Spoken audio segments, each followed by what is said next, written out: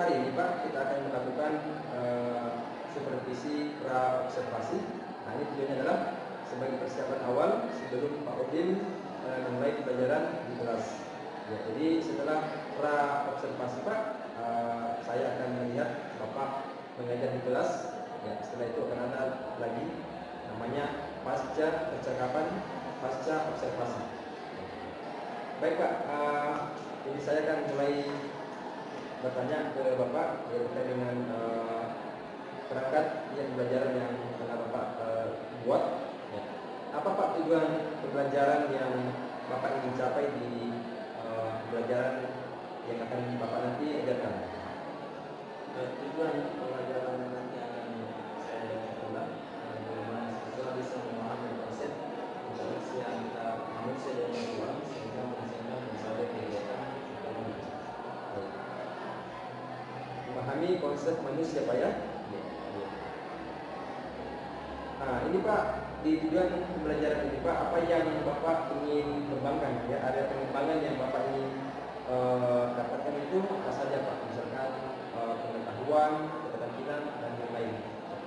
Sebenarnya yang pertama adalah pengetahuan yang bagaimana siswa bisa mengeksplor pengetahuan mereka walaupun mereka sedang ada di pondok, tapi mereka juga bisa mengetahui dunia luar. Oke, jadi yang ingin Bapak kembangkan adalah area pengetahuan yang dimana Bapak mengharapkan adanya interaksi makhluk hidup, ya bagaimana supaya dia bisa mengetahui kebutuhannya, ya untuk memenuhi hal-hal yang mereka inginkan, yang mereka butuhkan di kehidupannya, gitu Pak ya. Baik. Kemudian Pak, strategi yang Bapak siapkan untuk menerapkan pembelajaran ini, untuk melaksanakan pembelajaran ini apa saja Pak? Tentu saja yang menggunakan adalah macam peraga. Ya, alat peraga itu kami coba bagaimana siswa bisa membuat alat peraga itu sendiri, supaya siswa bisa lebih memahami. Ketika siswa yang membuat sendiri pasti akan lebih paham. Ya. Bisa disebutkan Pak contoh alat peraganya yang bagaimana? Alat peraga yang saya gunakan adalah mind map. Ya, okay. Nah ini yang Bapak terapkan nanti ini pembelajaran bagi kelompok Pak atau individu? Kalau untuk membuat mind mapnya sebenarnya kelompok, tapi nanti pembelajarannya tetap terdiri. Baik. Mind map ya. Saya rasa dengan mind map Pak kita juga bisa melatih bagaimana siswa menganalisis sesuatu, bisa mengeksplor kemampuannya, ide-idenya ya melalui ya mind map tadi itu. Ya, baik. Jadi saya tunggu Pak ya materi yang akan Bapak terapkan nanti. Nah, jadi Bapak rencananya ingin mengajar kapan Pak? Insya Allah tanggal 23. Tanggal 23 berarti besok Pak ya? Baik Pak, jadi besok saya akan kembali mengamati melihat proses pembelajaran yang Bapak lakukan di kelas. Semoga tujuan yang Bapak ingin capai bisa tercapai Pak. Ya ada pengembangan, kemudian strategi yang disiapkan bisa berjalan dengan maksimal Pak ya. Baik. Dan terakhir Pak, apa yang Bapak peroleh dari percakapan ini? Misalnya satu mengingatkan itu sebelum masuk ke kelas menyiapkan Siap ya. tentang untuk persiapkan sebelum masuk ke kuliah.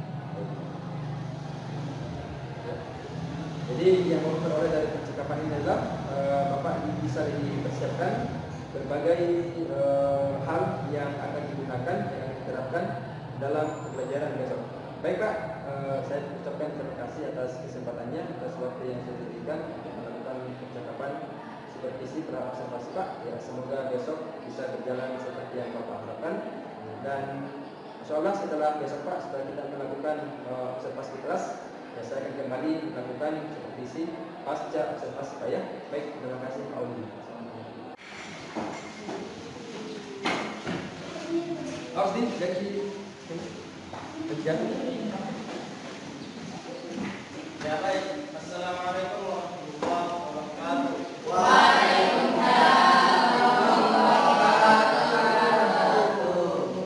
Bersyukur kita panjatkan kepada Allah Subhanahu wa taala karena hari ini pada apa ini?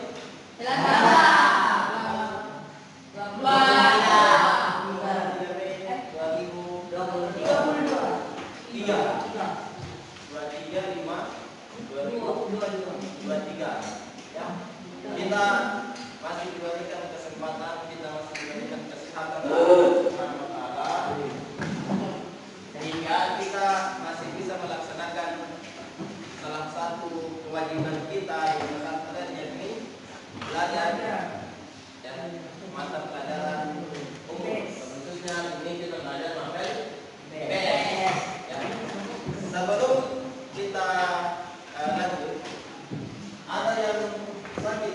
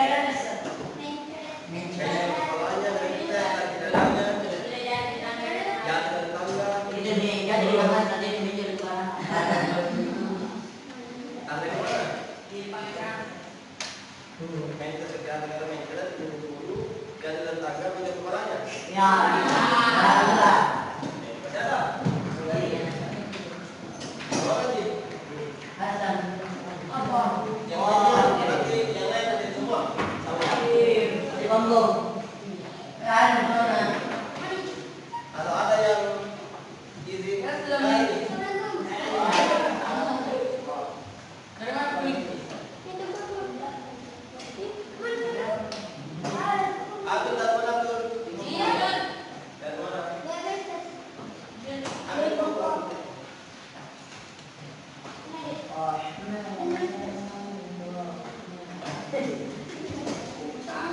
Oke. Bagian lalu kita sudah belajar tentang langkah.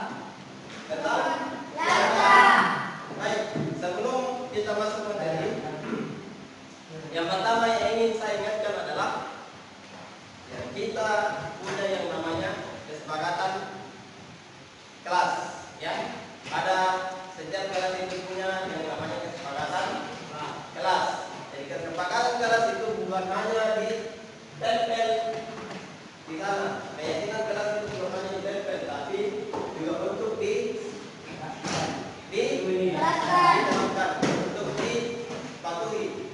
Salah satu keyakinan kelasnya apa itu? Memakai sepatu. Memakai sepatu. Ada yang tidak pakai sepatu? Tidak boleh makan dan minum di dalam kelas. Makan dan minum. Asal tidak pakai sepatu, benar. Kakinya dua. Makan di dalam kelas. Fokus satu aja. Fokus.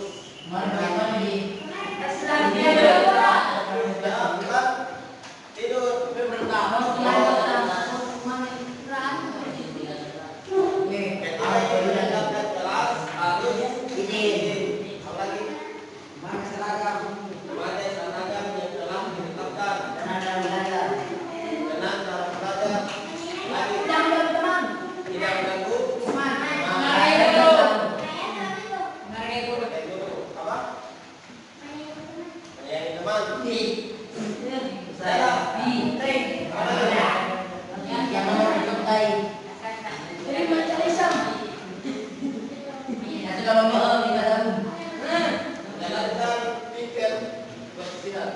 pikir tadi ini siapa?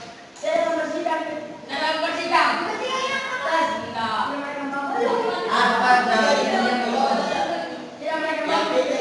Beda kan? Dua. Lima orang satu lagi. Tiket. Sudah membersihkan. Sudah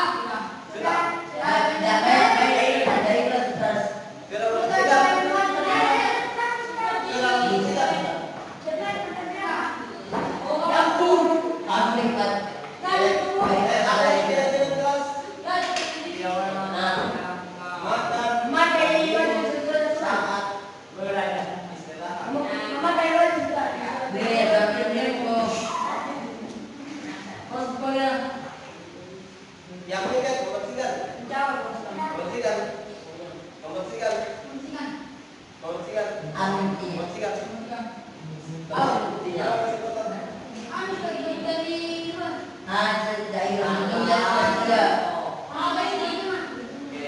Setelah kelas berakhir, kelas yang kembali bersihkan lah. Bersihkan lagi. Nah, bersihkan lagi. Bukan tadi. Oke, baik. Tujuan pembelajaran kita hari ini adalah untuk memahami konsep interaksi antar manusia dengan uang. Masih tentang manusia dengan uang. Apa itu uang? Uang adalah suatu kota di permukaan bumi. Baik sebagian Maupun keseluruhan. Ya, jadi itu adalah uang. Yang kedua adalah uang kelas. Apalagi kantor. Kepala WC. Jadi uang itu bisa berapa?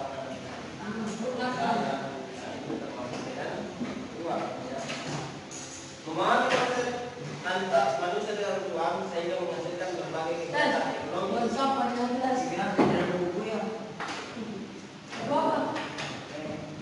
Produksi, distribusi, konsumsi, permintaan dan perawatan dan interaksi antar dua untuk kemajuan kehidupan ekonomi, sosial dan budaya Indonesia.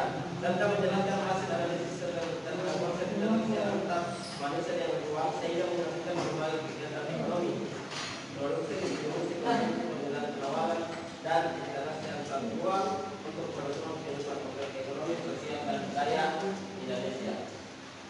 Jadi materi kita pekan lalu adalah tentang apa? Yang pekan lalu tentang kelangkaan. Kelangkaan apa? Ada yang tahu apa itu kelangkaan? Suatu yang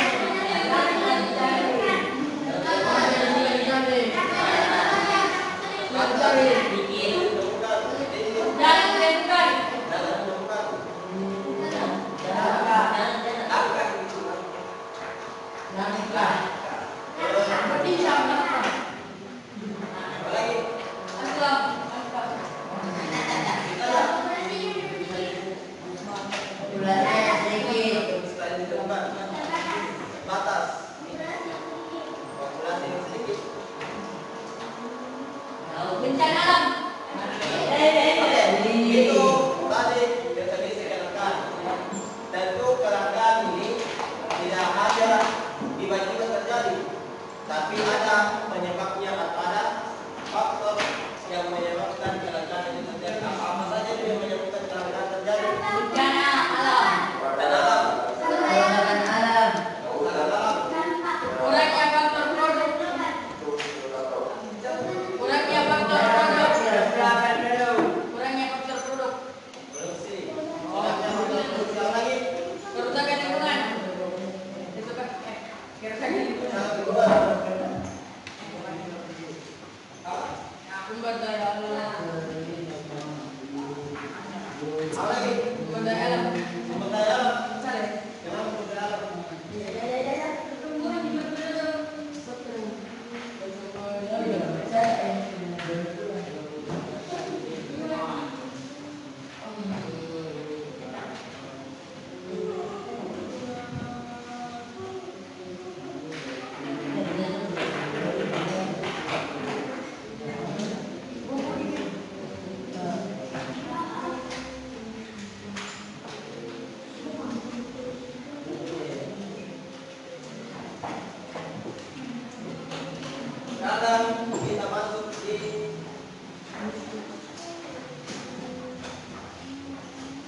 PS. Produksi. Produksi. Siapa nih? Produksi apa? Produksi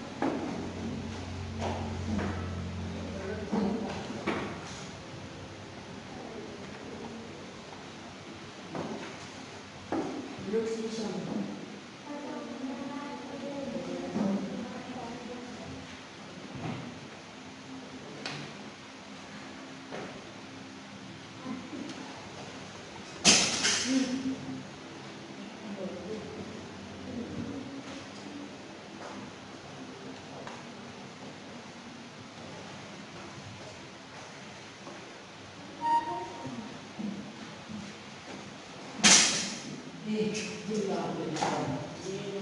Produksi ya.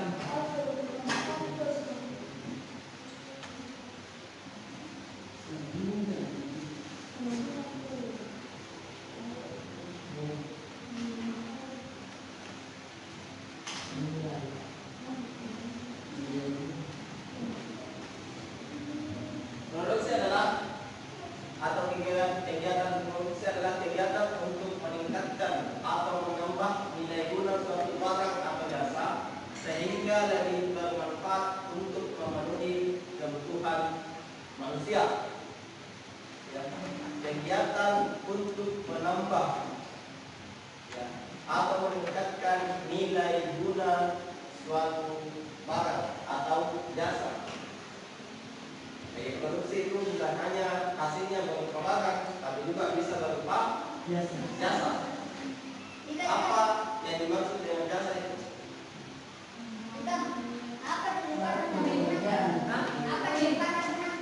Jasa. Sesuatu.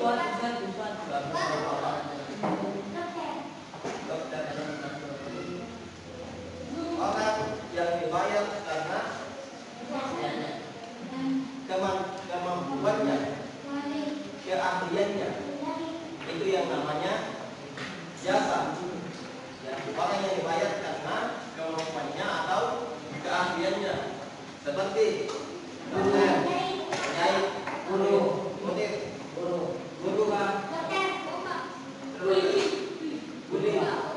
Tentara, tentara, polisi, kapol, presiden, pemadam,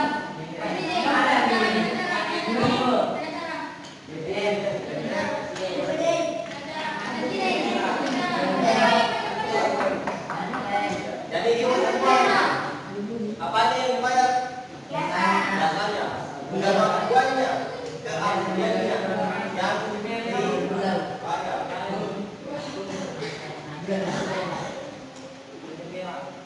Seseorang yang melakukan kegiatan produksi disebut dengan produsen. Ini adalah orangnya. Barang atau jasa yang diproduksi disebut barangnya. Barang atau jasanya hasil produksinya disebut dengan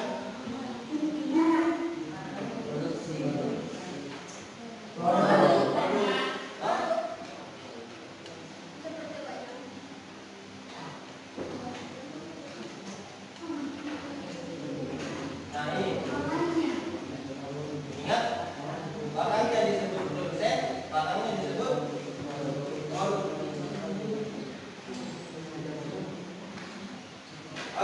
di sini ada yang mau ditanyakan? Ya. Faktor produksi ada dua, faktor produksi alam dan faktor produksi tenaga kerja. Nah, faktor produksi tenaga kerja ini bukan.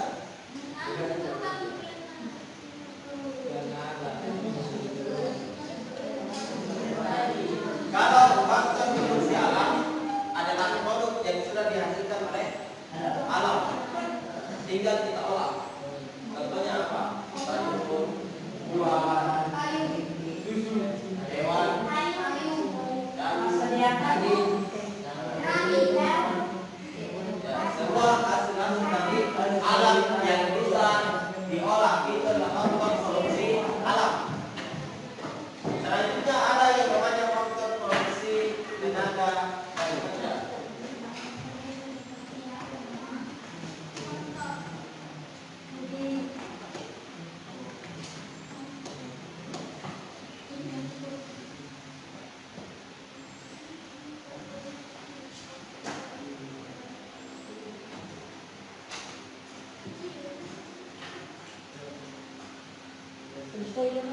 Faktor produksi alam dan faktor produksi tenaga kerja. Ya, penting produk yang nanti menghasilkan tenaga kerja. Tenaga kerja itu berupa bukan adalah seorang manusia. Ya. Faktor produksi tenaga kerja terbagi menjadi tiga.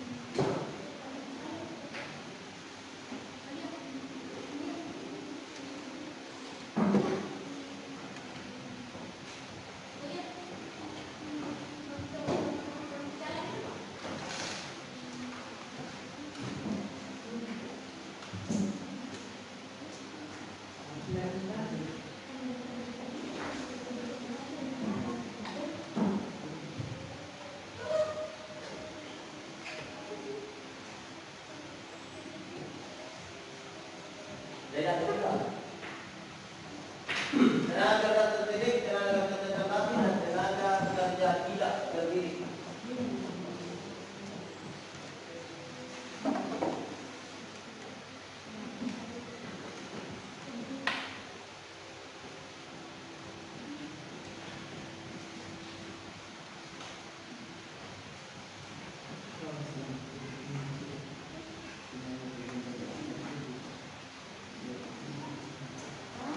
Askar kantuk. Ya, ayam di kamar. Ayam.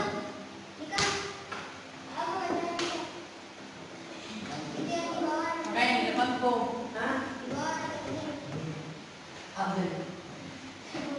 Dan latih.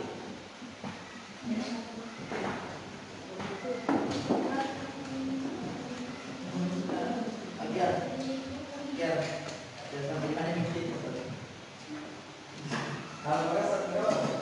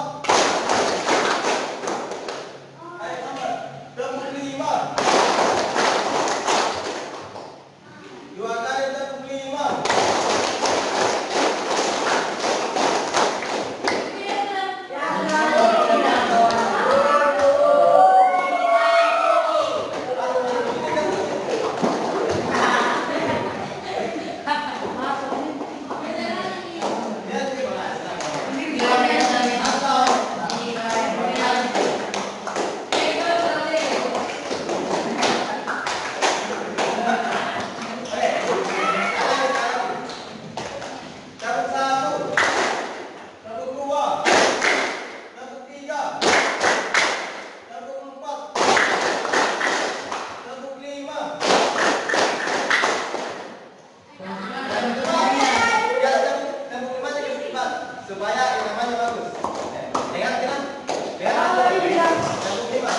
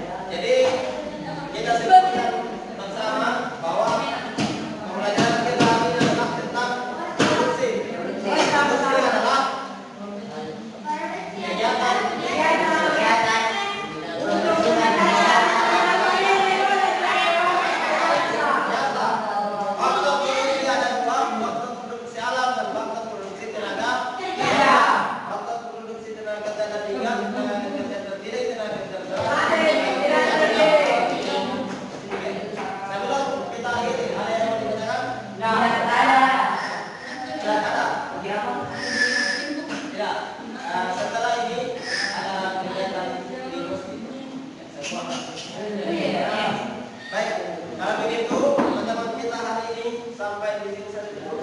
Mudah-mudahan apa yang kita pelajari ini bisa bermanfaat untuk kita dan kita dalam kehidupan kita. Kita tutup dengan doa kepada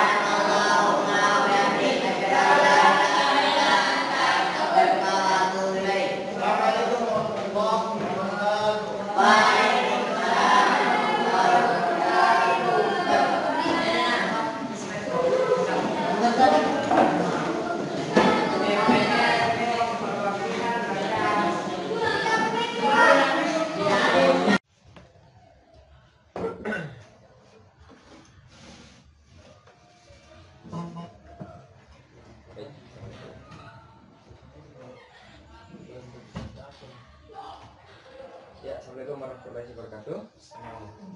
Bagaimana kabarnya Pak Ulin? Alhamdulillah sehat Pak. Alhamdulillah sehat ya. Iya.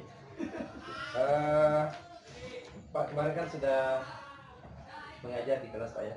Iya. Dan sebelumnya saya juga sudah melakukan observasi terkait dengan persiapan Pak Ulin dalam melaksanakan pembelajaran.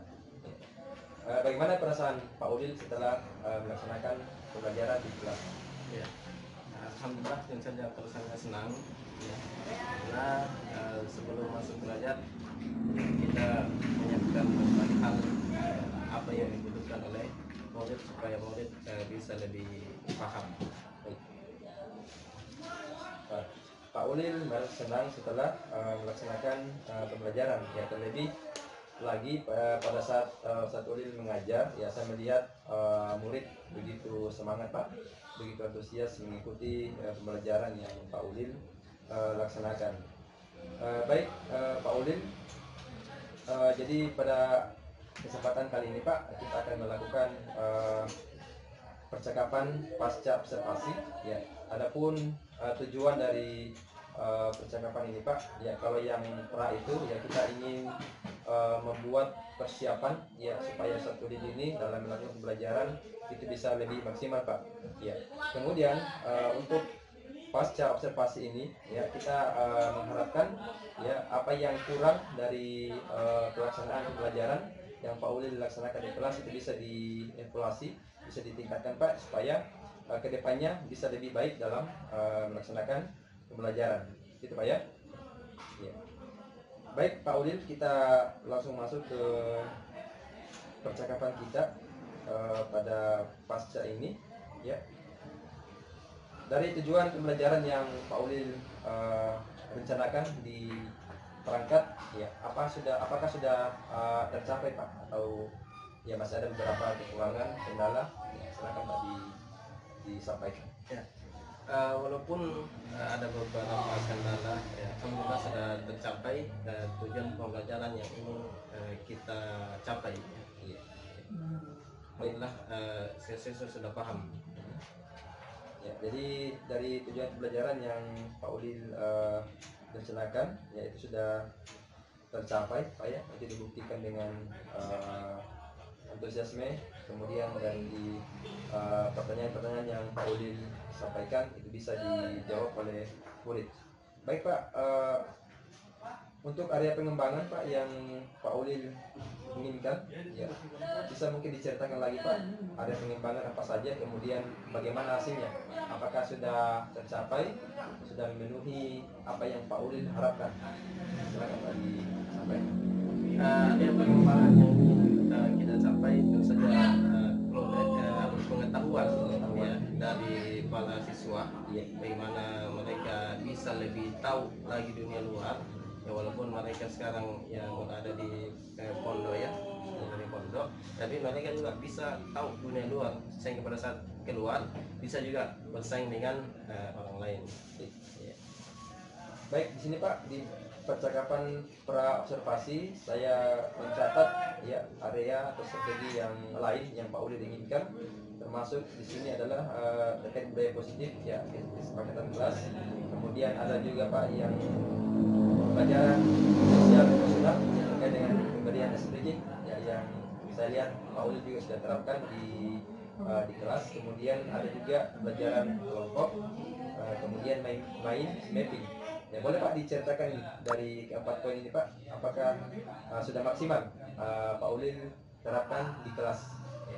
Dari keempat poin tadi ada beberapa yang tidak maksimal karena mengingat situasi dan kondisi tidak memungkinkan, jadi tidak sempat saya terapkan. Tapi yang kami terapkan seperti tadi keyakinan kelas, terus ice breaking, tentu itu sangat membantu dan membuat siswa itu semakin semangat dalam belajar.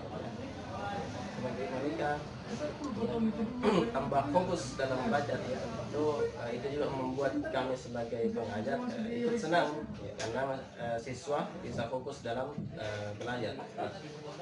Baik, Pak Ulil mengatakan tadi bahwa dari beberapa aspek atau area yang ingin dikembangkan, ya Pak Ulil merasa sudah tercapai dari poin tersebut. Apa kira-kira Pak hal-hal yang masih butuh pengembangan, apa yang masih perlu untuk ditingkatkan dari aspek atau strategi yang Bapak sudah terapkan di kelas? Ya, tentu saja metode-metode atau model-model pembelajaran yang perlu ditingkatkan ya, karena metode atau model pembelajaran itu harus disesuaikan dengan kondisi belajarnya siswa ya. Jadi kadang kita sudah menetapkan sebuah model pembelajaran, tetapi pada saat masuk mengajar ya ternyata tidak sesuai dengan situasi dan kondisi siswa, sehingga kita butuh model ya pembelajaran yang lain yang bisa sesuai dengan kondisi dan situasi para siswa. Baik. Nah, apa yang Pak Ulil tadi sampaikan bahwa kendala yang dihadapi adalah terkait dengan model yang berbeda dengan situasi pada saat di kelas.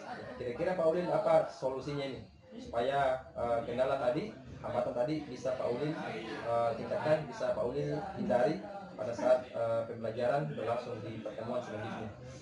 Tentu saja harus lebih banyak belajar lagi terkait dengan model-model pembelajaran sehingga pada saat nanti masuk mengajar lagi bisa diterapkan. Jadi kita harus belajar tidak hanya satu model pembelajaran ya, tapi banyak model pembelajaran sehingga ya kita bisa memilih yang mana model pembelajaran yang cocok dengan kondisi siswa ya. Baik. Ya Pak Ulil, kalau saya berikan skala ini Pak, skala dari 1 sampai 10 ya terkait dengan hal-hal yang Pak Ulil sudah laksanakan, keberhasilan yang Pak Ulil raih dalam pelaksanaan pelajaran, kira-kira Pak Ulil berada di posisi keberapa dari skala 1 sampai 10? Kalau dari skala 1 sampai 10 ya mungkin di skala 8. 8 Pak ya. Bisa diceritakan Pak alasannya kenapa Pak Ulil merasa sudah ada di posisi ke-8, di skala ke-8? Ya, karena kita melihat siswa sudah senang ya, dalam proses belajar mengajar ya, paham juga karena kita berikan pertanyaan ya, mereka bisa menjawab. Ya, berarti Pak Ulil merasa kenapa ada di skala ke-8 karena Pak Ulil melihat siswa sudah antusias, sudah semangat dan bisa menjawab pertanyaan-pertanyaan yang Pak Ulil tanyakan kepada peserta ini. Baik Pak Ulil, dari solusi atau dari kendala yang Pak Ulil tadi alami, kira-kira apa rencana tindak lanjut yang Pak Ulil ingin lakukan supaya kedepannya proses pembelajaran bisa lebih maksimal?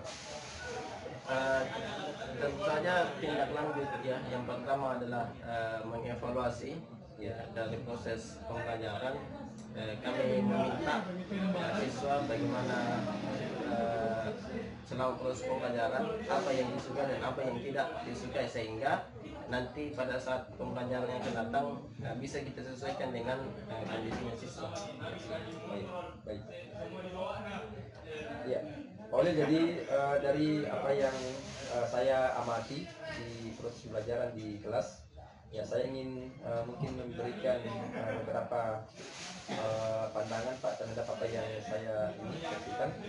Jadi untuk terkait dengan budaya positif ya yang Pak Ulil ceritakan tadi, ya ini bisa Pak kita maksimalkan. Jadi ketika itu Pak saya melihat ada salah satu murid yang terlambat masuk kelas, kalau tidak salah namanya Abdul Rahmat ya. Iya. Ya itu hari saya lihat terlambat ya, sehingga Ini juga bisa kita jadikan cara dalam mengingatkan kesepakatan kelas, Pak. Jadi misalkan ada murid yang terlambat, nah kita bisa ingatkan, oh ini kesepakatan kelas yang kita buat adalah masuk tepat waktu. Ya, ini juga akan membuat murid yang terlambat tadi, Pak, itu bisa mengingat ya kesepakatan yang telah kita buat bersama. Baik, Pak Ulin, kira-kira Pak, aktivitas yang Pak Ulil ingin kembangkan ini ya ke depan supaya proses pembelajaran bisa lebih maksimal, yaitu apa saja, Pak? Misalkan Pak Ulil ingin membuat pembelajaran yang lebih yang berkelompok ya, kemudian di situ Pak ada berdiferensiasi, kemudian Pak Ulil juga misalkan ingin membuat pembelajaran di luar kelas dan sebagainya yang bisa mendukung ketercapaian tujuan pembelajaran yang Pak Ulin rencanakan. Yang ingin kami lakukan sebenarnya yang disebutkan tadi ingin semua ya, cuman secara bertahap.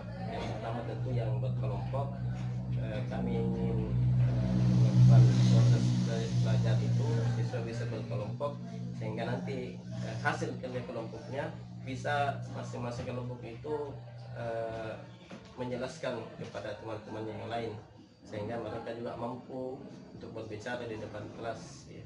Iya. Apa Pak yang ingin dicapai dari aktivitas tadi? Apa tujuan yang Pak Ulin ingin capai dari penerapan pembelajaran berkelompok tadi? Ya, seperti yang saya katakan tadi, siswa mampu untuk public speaking ya, bisa berbicara di depan umum ya, tapi kita coba dulu di depan teman-teman mereka ya, pemahaman mereka juga, kerjasama mereka ketika mereka kerja kelompok itu yang ingin kami capai. Kira-kira Pak, ukuran keberhasilan dari aktivitas ini Pak ya itu apa? Maksudnya ketika Pak Ulin menerapkan ini, oh ini dikatakan berhasil ketika sudah begini Pak. Ya kira-kira apa Pak ukurannya? Yang pertama ketika kerja kelompok mereka bekerja semua ya, karena kadang ketika kerja kelompok itu ada siswa yang satu kerja, Semuanya aktif Pak. iya semuanya aktif bekerja dan mereka mampu mempresentasikan hasil kelompoknya di depan teman-temannya. Baik. Ya, seperti itu. Oke. Nah dari aktivitas yang Pak tadi rencanakan itu, kira-kira hal-hal apa yang Bapak butuhkan supaya bisa membantu untuk mencapai apa yang tujuan yang Pak Ulil inginkan? Ya, apa faktor pendukung Pak yang Pak Ulil butuhkan untuk mencapai tujuan ini? Tentu saja ya alat peraga ya dibutuhkan. Iya. Seperti yang sempat ya, kami rencanakan itu meeting ya, itu sebenarnya penting juga bagaimana siswa bisa membuat alat peraganya sendiri ya, seperti itu. Begitu. Seperti Pak Ulil membutuhkan keaktifan siswa ya dalam kegiatan ini ya, termasuk tadi bagaimana membuat alat peraga secara mandiri ya. Baik, kapan Pak waktunya ini? Kapan Pak Ulil rencanakan untuk melaksanakan aktivitas ini? Nah, insya Allah pada pertemuan selanjutnya ya, kami akan coba terapkan. Baik. Baik Pak Ulil, tadi aktivitas pertama yang Pak Ulil ingin kembangkan. Mungkin masih ada Pak aktivitas yang lain yang bisa Ustaz Ulil rencanakan ya untuk ya bagaimana supaya tujuan pembelajaran yang Pak Ulil inginkan itu bisa tercapai. Ya. Nah, tadi setelah kerja kelompok kami juga ingin coba yang belajar di luar kelas, iya, supaya siswa tidak bosan dan tidak jenuh di dalam kelas terus ya, bisa keluar kelas. Jadi pembelajaran di luar kelas, Pak. Ya. Apa Pak tujuannya? Tujuan yang ingin dicapai dari pembelajaran di luar kelas ini? Ya. Yang pertama tentu saja bagaimana siswa tidak hanya belajar teori tapi juga bisa belajar praktek, bagaimana siswa bisa melihat secara langsung. Secara real. Iya, secara real. Baik. Ukuran keberhasilannya Pak, apa yang jadi patokan sehingga aktivitas ini itu bisa mencapai tujuan yang Pak Ulil harapkan. Ya. Setelah tadi mereka belajar di luar, ya tentu saja mempresentasikan apa yang telah mereka pelajari di luar kelas itu. Berarti Pak Ulil mengatakan ini sudah berhasil ketika murid sudah mampu mempresentasikan apa yang dia pelajari di luar kelas, Pak ya. Baik. Kemudian faktor pendukungnya Pak, apa saja supaya aktivitas ini Pak bisa berjalan maksimal? Ya, misalnya kita butuh kerjasama dari para siswa, karena belajar di luar kelas itu ya kita butuh pengontrolan siswa yang ekstra. Betul, betul Ya, kita maunya begini, yang sampai siswa ke arah yang lain. Gitu. Ya. Berarti Pak Ulil ingin bagaimana murid ini bisa mengikuti setiap arahan, ya terkhusus karena kita berada di luar kelas, tentu akan lebih butuh suara Pak, suara dan ya pengontrolan yang lebih ketat Pak ya. Kapan Pak waktu ini direncanakan? Insya Allah setelah tadi pembelajaran kelompok, kita akan coba terapkan itu lagi. Berarti setelah aktivitas yang pertama Pak Ulil terapkan, itu kita coba di pertemuan berikutnya Pak ya. Baik Pak Ulil, jadi masih ada Pak yang ingin dikembangkan? Untuk sementara bisa Pak ya, baik. Jadi ada dua aktivitas pengembangan yang Pak Ulil rencanakan. Jadi kita sepakat Pak ya hari ini, hari Selasa ya, kita buat ini aktivitas ini bersama dan saya menjadi saksi dari apa yang Pak Ulil rencanakan. Saya doakan Pak semoga kegiatan ini bisa berjalan maksimal, bisa sesuai dengan tujuan yang Pak Ulil inginkan, sehingga tentu saja akan membuat pembelajaran yang Pak Ulil inginkan itu bisa terasa manfaatnya ke murid. Baik Pak Ulil, terima kasih atas kesempatannya Pak. Ya, saya ucapkan baik terima kasih atas apa yang Pak Ulil sampaikan Pak ya, semoga memberikan manfaat untuk sekolah kita. Baik, terima kasih Pak Ulil. Ya, assalamualaikum warahmatullahi wabarakatuh. Nah, iya bisa juga.